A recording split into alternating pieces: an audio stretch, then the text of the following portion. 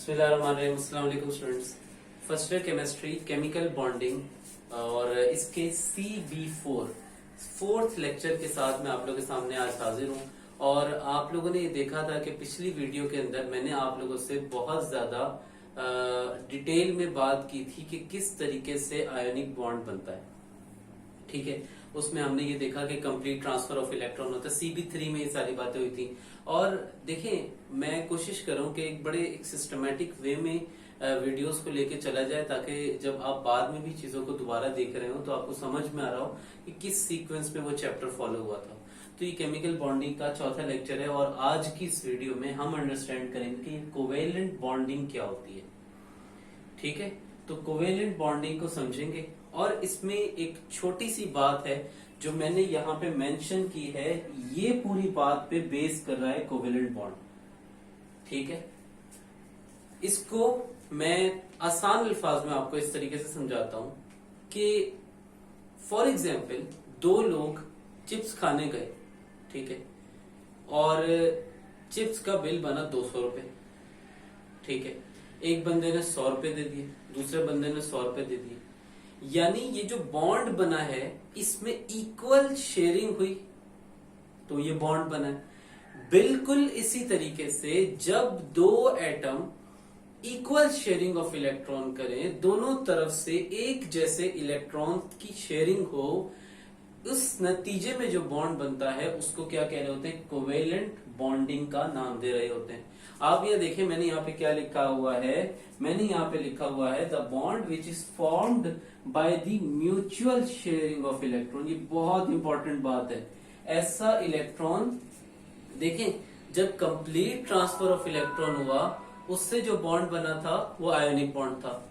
जब mutual sharing of electron होगी तो उससे जो बॉन्ड बनेगा वो कौन सा होगा? कोवेलेंट बॉन्ड होगा। ठीक है, अब मैं इसको एक्सप्लेन भी करता हूं और साथ साथ इसकी एक टाइप भी आप लोगों से डिस्कस करता जाऊंगा, तो दो बातें एक साथ कवर हो जाएंगी। मैं आपसे बात करने लगा हूं फॉर एग्जाम्पल पहले मैं ये सारी बात एक्सप्लेन करता हूं और उसके बाद इसी को यहां पे इसकी डेफिनेशन भी लिखूंगा। बेटा आप यहां देखिएगा, मैंने यहां बनाया क्लोरीन। ठीक है, क्लोरीन जो है पीरियोडिक टेबल में ग्रुप 7 का मेंबर है। ठीक है, और अगर क्लोरीन ग्रुप 7 का मेंबर है तो उसके आखिरी शेल में कितने इलेक्ट्रॉन होंगे? 7 इलेक्ट्रॉन्स होंगे। पिछली ही वीडियो में आप जाके देखिएगा, मैंने क्लोरीन की आपको कॉन्फ़िगरेशन भी करके दिखाई थी कि पहले शेल में 2, दूसरे में 8 और आखिरी शेल में वैलेंस शेल में 7 इलेक्ट्रॉन थे। तो जो वैलेंस शेल के इलेक्ट्रॉन हैं उसको मैं यहां पे ड्रॉ कर रहा हूं। 1 2 3 4 5 6 7।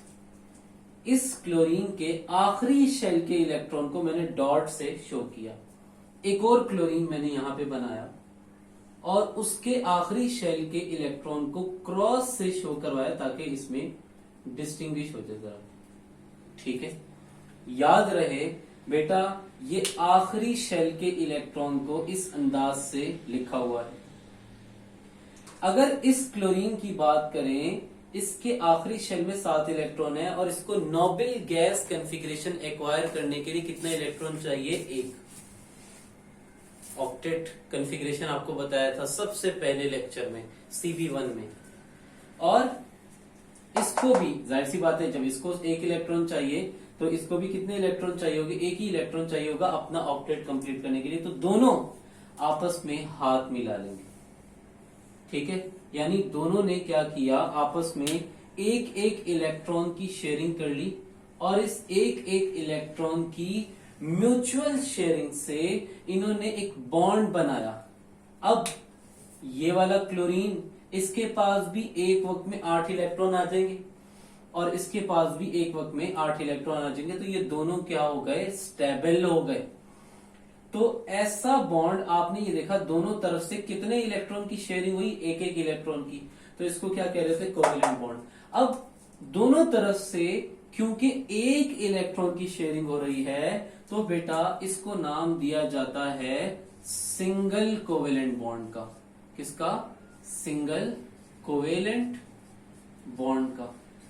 तो सिंगल कोवेलेंट बॉन्ड में क्या होता है, जो कि mutual sharing of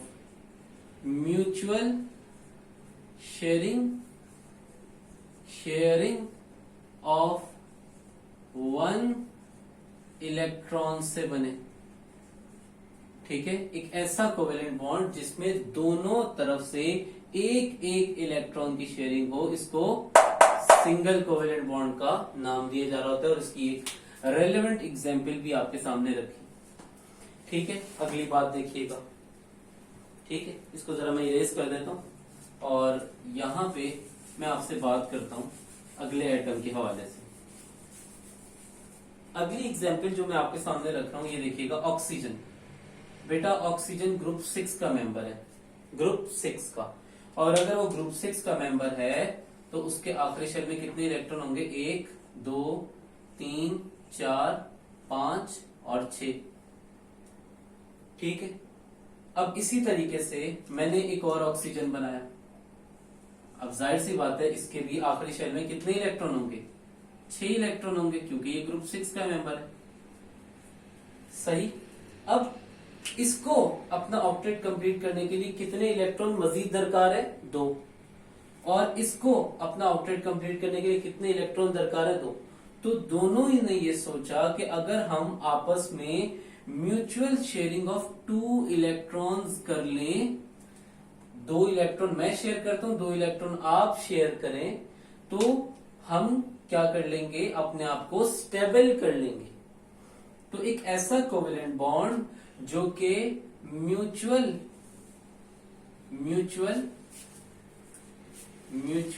sharing of 2 electrons से बने, 2 इलेक्ट्रॉन्स से बने, इस तरीके के कोवेलेंट बॉन्ड को नाम दिया जाता है बेटा डबल कोवेलेंट बॉन्ड। ठीक है, डबल कोवेलेंट बॉन्ड का। इसके बाद तीसरी टाइप, अब इसमें आप लोग खुद भी वाकिफ हो गए होंगे कि अब मैं क्या करने जा रहा हूं, triple covalent bond. Single covalent bond में कितने इलेक्ट्रॉन की शेयरिंग हुई थी, 1 इलेक्ट्रॉन की। डबल कोवेलेंट बॉन्ड में 2 इलेक्ट्रॉन की। तो ट्रिपल कोवेलेंट बॉन्ड में 3 इलेक्ट्रॉन की कौन सी शेयरिंग होगी, म्यूचुअल शेयरिंग होगी। अच्छा, नाइट्रोजन जो है वो बेटा ग्रुप 5 का मेंबर है। ग्रुप 5 का अगर वो मेंबर है तो उसके आखिरी शेल में कितने इलेक्ट्रॉन होंगे, 5, 1 2। ठीक है, इसको जरा क्लियरली बना देते हैं। यहाँ पे आपके पास ये नाइट्रोजन आ गया। ठीक है, और ये इसके आखिरी शेल में आ गए 1 इलेक्ट्रॉन, 2 इलेक्ट्रॉन, 3 इलेक्ट्रॉन, 4 और ये 5 इलेक्ट्रॉन। अगर मैं एक और नाइट्रोजन यहाँ पे बनाऊंगा तो ऑब्वियसली इसके भी आखिरी शेल में कितने इलेक्ट्रॉन होंगे, 1 2 3 4 और 5। ठीक है, इसके आखिरी शेल में 5 इलेक्ट्रॉन है और इसको अपना ऑक्टेट कंप्लीट करने के लिए कितने इलेक्ट्रॉन चाहिए, 3। और इसको अपना ऑक्टेट कंप्लीट करने के लिए कितने इलेक्ट्रॉन चाहिए, 3। तो दोनों क्या करेंगे, म्यूचुअल शेयरिंग ऑफ 3 इलेक्ट्रॉन्स कर लेंगे। ठीक है, तो यहां पे क्या लिखा जाएगा, म्यूचुअल शेयरिंग ऑफ 3 इलेक्ट्रॉन्स। ठीक है, एक ऐसा कोवेलेंट बॉन्ड जो 1 इलेक्ट्रॉन की म्यूचुअल शेयरिंग से बने उसको सिंगल कोवेलेंट बॉन्ड कहते हैं, जो 2 इलेक्ट्रॉन की म्यूचुअल शेयरिंग से बने उसको डबल कोवेलेंट बॉन्ड कहते हैं, और जो 3 इलेक्ट्रॉन की म्यूचुअल शेयरिंग से बने उसको ट्रिपल कोवेलेंट बॉन्ड का नाम दिया जा रहा होता है। अब अगली बात आप ये देखिएगा, यहाँ पे मैं एक बड़ी इंपॉर्टेंट बात को रिलेट करने जा रहा हूँ। मैं ये पूरा बोर्ड इरेज कर रहा हूँ। ठीक है, और ये मैंने इरेज कर दिया। ठीक है, अब अगली बात जरा आप देखिएगा, मैं बहुत ज्यादा इंपॉर्टेंट बात यहाँ पे रिलेट करने जा रहा हूँ। ठीक,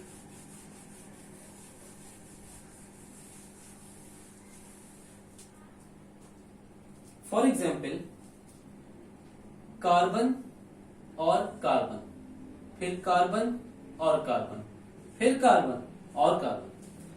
अच्छा, इसको जरा जैसे मैं एक्सप्लेन करना है वैसे ही अगर बना दूं तो बात जरा बेहतर अंदाज से आपको समझ में आ जाएगी।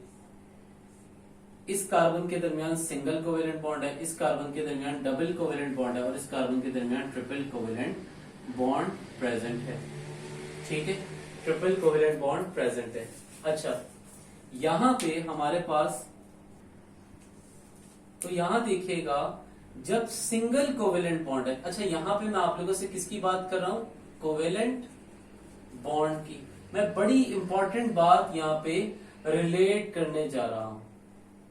दो बातें होती हैं, दो बातें होती हैं। एक होता है बेटा बॉन्ड लेंथ, बॉन्ड लेंथ, ठीक है, और एक होता है बॉन्ड एनर्जी, बॉन्ड एनर्जी। ठीक है, जब आपके पास दो एटम के दरमियान सिंगल कोवेलेंट बॉन्ड होगा तो वो एटम फासले पर होंगे। जब डबल कोवेलेंट बॉन्ड होगा तो वो थोड़ा करीब आ जाएंगे। जब ट्रिपल कोवेलेंट बॉन्ड होगा तो वो एटम और ज्यादा करीब आ जाएंगे।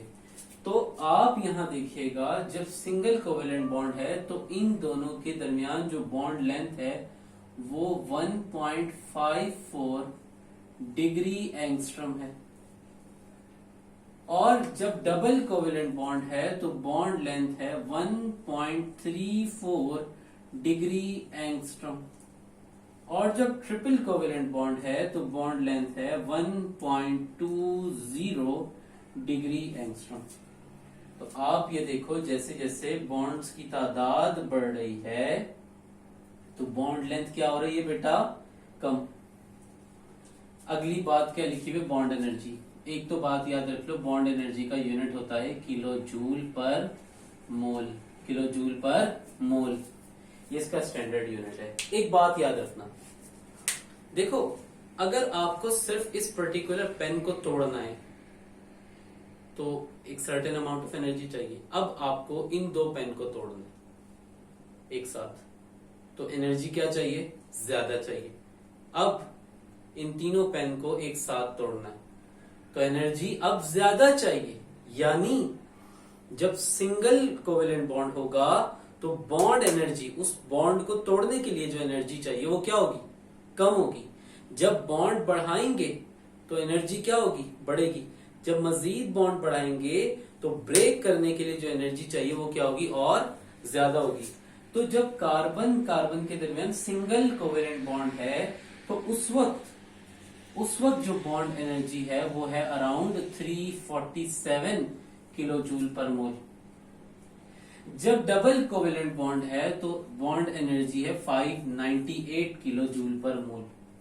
जब ट्रिपल कोवेलेंट बॉन्ड है तो बॉन्ड एनर्जी है अराउंड 820 किलो जूल पर मोल। तो आपने यहां तीन बातें समझनी थी, वो क्या, कि आपके पास जब सिंगल कोवेलेंट बॉन्ड होगा तो बॉन्ड लेंथ ज्यादा होगी, बॉन्ड एनर्जी कम होगी। जब डबल कोवेलेंट बॉन्ड होगा तो बॉन्ड लेंथ कम होगी, बॉन्ड एनर्जी ज्यादा होगी। जब ट्रिपल कोवेलेंट बॉन्ड होगा तो बॉन्ड लेंथ और कम होगी, बॉन्ड एनर्जी और ज्यादा होगी। ठीक है, तो आपके पास यहां पे दो बातें आ सकती हैं कि बॉन्ड लेंथ और बॉन्ड एनर्जी ये आपस में एक दूसरे पे इनवर्स रिलेशन रख रहे हैं। अगर बॉन्ड लेंथ ज्यादा है तो बॉन्ड एनर्जी कम आ रही है, चेक करें। जैसे जैसे बॉन्ड लेंथ कम हो रही है बॉन्ड एनर्जी क्या हो रही है, बढ़ती चली जा रही है। ऐसा ही हो रहा है, यहाँ पे बॉन्ड लेंथ कम होती हुई नजर आ रही है, यहाँ बॉन्ड एनर्जी बढ़ती हुई नजर आ रही है। तो यहां तक तो हमने बात कर ली कि कोवेलेंट बॉन्ड क्या है और कितनी टाइप्स का होता है, और यहां पे हमारे पास हमने ये भी देख लिया कि बॉन्ड लेंथ और बॉन्ड एनर्जी का क्या रिलेशन है। अच्छा, मैं इस तरीके से करूंगा कि बॉन्ड एनर्जी के ऊपर अलग से एक लेक्चर आप लोगों को बना के भेजूंगा इंशाल्लाह। तो थोड़ा सा मजीद आगे मूव करते हैं, और एक और बड़ी इंटरेस्टिंग बात है जो मुझे आप लोगों को यहाँ पे बतानी है। ठीक है, यहाँ देखिएगा, अभी तक जितने भी हमने कोवेलेंट बॉन्ड की बात करी, फॉर एग्जांपल एक कोवेलेंट बॉन्ड था क्लोरीन और क्लोरीन के दरमियान, एक कोवेलेंट बॉन्ड हमने पढ़ा और ऑक्सीजन के दरमियान, एक कोवेलेंट बॉन्ड पढ़ा हमने नाइट्रोजन और नाइट्रोजन के दरमियान। मेरी एक बात सुनिएगा, एक टर्म है जिसका नाम है electronegativity. Now what is electronegativity? Actually electronegativity होती है किसी भी एटम के पास वो सलाहियत जिससे वो अपनी जानिब इलेक्ट्रॉन को खींच सके। ठीक है, तो क्योंकि ये दो एक जैसे आपके पास एटम है तो दोनों की इलेक्ट्रॉन छीनने की सलाहियत क्या होगी? एक जैसी। जब दोनों एक जैसे हैं तो फड्डा नहीं होगा। सही, इधर भी कोई फड्डा या कोई लड़ाई नहीं है, यहां पे भी कोई लड़ाई नहीं है। तो जब दो एक जैसे एटम के दरमियान आपके पास बॉन्ड बना हुआ है, वहां पे आपके पास इलेक्ट्रॉन इक्वली डिस्ट्रीब्यूटेड है, यानी इनमें किसी किस्म की कोई लड़ाई झगड़े वाली बात नहीं है। अब थोड़ा सा आगे मूव करते हैं। मान ले सर, क्या कोवेलेंट बॉन्ड एक ही जैसे एटम में होते हैं? बिल्कुल नहीं। अब वही बात करने जा रहा हूं। आप यहां देखिएगा, मैंने यहां पे लिखा हाइड्रोजन और दूसरी जगह लिखा क्लोरीन। और से सुनिएगा, बहुत इंटरेस्टिंग बात है, बहुत मजे की बात है। यहाँ पे हाइड्रोजन के पास एक ही इलेक्ट्रॉन होता है, उसकी कुल कायनात उसका एक इलेक्ट्रॉन। क्लोरीन के पास होते हैं 7 इलेक्ट्रॉन उसके आखिरी शेल में। अच्छा, आप यहां देखें, क्लोरीन, हाइड्रोजन जो है, मैंने आपको बताया था हाइड्रोजन फॉलो करता है ड्यूप्लेट रूल। ड्यूप्लेट रूल का मतलब हाइड्रोजन चाहता है बस 2 इलेक्ट्रॉन मेरे पास आ जाए, मैं खुश हूं। क्लोरीन या दूसरे एलिमेंट ये चाहते हैं कि उनके आखिरी शेल में कितने इलेक्ट्रॉन हो? 8 इलेक्ट्रॉन हो, 8 इलेक्ट्रॉन। ठीक है, तो अब हाइड्रोजन को एक इलेक्ट्रॉन और चाहिए ताकि वो क्या हो जाए? स्टेबल। क्लोरीन को उसके पास 7 इलेक्ट्रॉन है, एक इलेक्ट्रॉन इसको भी चाहिए ताकि क्या हो जाए? स्टेबल। तो दोनों ने हाथ मिला लिया और म्यूचुअल शेयरिंग ऑफ 1 इलेक्ट्रॉन करके सिंगल कोवेलेंट बॉन्ड बनाया। सिंगल कोवेलेंट बॉन्ड बना लिया। तो ये भी सिंगल कोवेलेंट बॉन्ड की एग्जांपल है। डिफरेंट एटम के दरमियान भी कोवेलेंट बॉन्ड बनते हैं, ऐसा कुछ फिक्स नहीं है। अगली बात, बहुत इंपॉर्टेंट बात बोलने जा रहा हूं। क्लोरीन की कोई इलेक्ट्रोनेगेटिविटी होगी और हाइड्रोजन की अपनी इलेक्ट्रोनेगेटिविटी है। क्लोरीन की एक बात याद रख लें, क्लोरीन ग्रुप 7 का मेंबर है और ग्रुप 7 के मेंबर की इलेक्ट्रोनेगेटिविटी होती है ज्यादा। क्लोरीन के इलेक्ट्रॉन को अपनी जानिब खींचने की सलाहियत क्या है? ज्यादा है। और जाहिर सी बात है, जब क्लोरीन के पास इलेक्ट्रॉन को खींचने की सलाहियत ज्यादा है तो क्लोरीन क्या करेगा? हाइड्रोजन का इलेक्ट्रॉन भी हथियाने की कोशिश करेगा, यानी ये इलेक्ट्रॉन को अपनी जानिब खींच लेगा, यानी ये वाला इलेक्ट्रॉन भी इधर की तरफ जा रहा है, यानी ये इलेक्ट्रॉन क्लोरीन गेन करने वाला है। और अगर तो ऐसा है तो क्लोरीन के ऊपर आ जाएगा पार्शियल नेगेटिव। ये बात याद रखनी है। कैसे बनाया? इस तरीके से बनाया, पार्शियल नेगेटिव, यानी क्लोरीन कुछ वक्त बाद इलेक्ट्रॉन गेन कर लेगा। किसका? किसका? हाइड्रोजन का। हाइड्रोजन जो है उसके ऊपर कैसा चार्ज आएगा? पार्शियल पॉजिटिव, यानी थोड़ी देर बाद हाइड्रोजन क्या करेगा? इलेक्ट्रॉन लूज कर देगा। तो एक ऐसा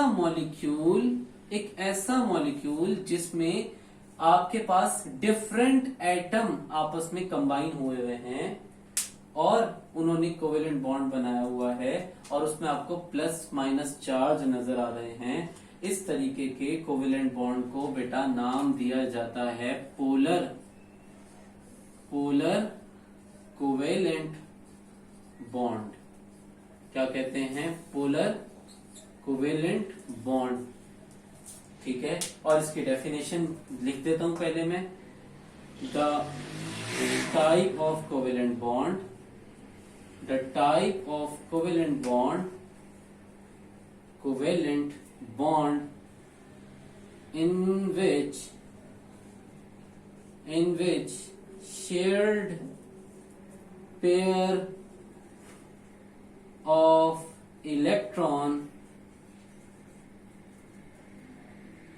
of electron is attracted towards more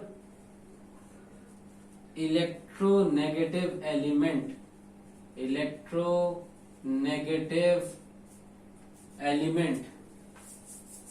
more electronegative element is called polar covalent bond, is called polar covalent bond। ठीक है, देखें क्लोरीन की इलेक्ट्रोनेगेटिविटी ज्यादा है, तो ये जो इलेक्ट्रॉन का शेयर्ड पेयर है, ये वाला पेयर किसकी तरफ डायरेक्ट कर रहा है, किसकी तरफ ज्यादा इसका रुझान है, क्लोरीन की तरफ, जो कि क्या है, शेयर्ड पेयर ऑफ इलेक्ट्रॉन किसकी तरफ अट्रैक्ट हो रहे हैं ज्यादा, मोर इलेक्ट्रोनेगेटिव एलिमेंट की तरफ। और इस तरीके के कोवेलेंट बॉन्ड को क्या नाम दिया जा रहा होता है, पोलर कोवेलेंट बॉन्ड का। और ऐसा मॉलिक्यूल जिसमें आपके पास पॉजिटिव और नेगेटिव पोल हो, ऐसा मॉलिक्यूल जिसमें पॉजिटिव और नेगेटिव पोल्स क्रिएट हुए हुए हों, इस तरीके के मॉलिक्यूल को डाईपोल कहते हैं। क्या कहते हैं, डाईपोल कहते हैं, डाईपोल। ठीक है, तो ऐसा मॉलिक्यूल जिसमें पॉजिटिव और नेगेटिव पोल क्रिएट हुए थे। तो अब यानी मैं अगला टॉपिक आप लोगों से क्या एक्सप्लेन करूंगा, एक तो बॉन्ड एनर्जी का, दूसरा डाईपोल मूवमेंट का। वो यहीं से देखें चीजें किस तरीके से आगे जो है वो बढ़ती चली जा रही है। तो डाईपोल क्या होता है, a molecule in which there is positive and negative pole।